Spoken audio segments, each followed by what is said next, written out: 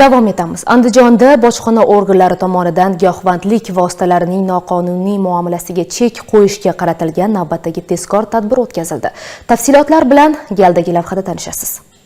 Andijon viloyati bojxona boshqarmasi kontrabandaga qarshi kurashish bo'limi tomonidan viloyat davlat xavfsizlik xizmati va ichki ishlar boshqarmasi xodimlari bilan hamkorlikda narkotik moddalarning noqonuniy aylanmasining oldini olishga qaratilgan navbatdagi tezkor tadbir o'tkazildi. Paxtaobod tumanida bo'lib o'tgan tezkor tadbirda oldindan shubha ostiga olingan shaxs o'tirgan Spark rusumli avtotransport vositasi tegishli tartibda to'xtatilib, xolislar ishtirokida ko'zdan kechirildi. Natijada mazkur avtotransport vositasida yo'lovchi sifatida harakatlanib kelayotgan 1995-yilda tug'ilgan fuqaroga tegishli polietilen paket ichida 4 dona o'ram borligi aniqlandi. Mazkur o'ramlar xolislar ishtirokida ochib ko'rilganda esa uning ichida jigarrang tusli o'tkir hidli modda gashish giyohvandlik vositasi ekanligi ma'lum bo'ldi. Bu ekspertiza xulosalarida ham tasdiqlandi. Mazkur holat yuzasidan huquqbuzardan olingan gashish moddasining umumiy og'irligi esa 964 grammni tashkil etmoqda. Eslatib o'tamiz, Andijon viloyati bojxona boshqarmasi tomonidan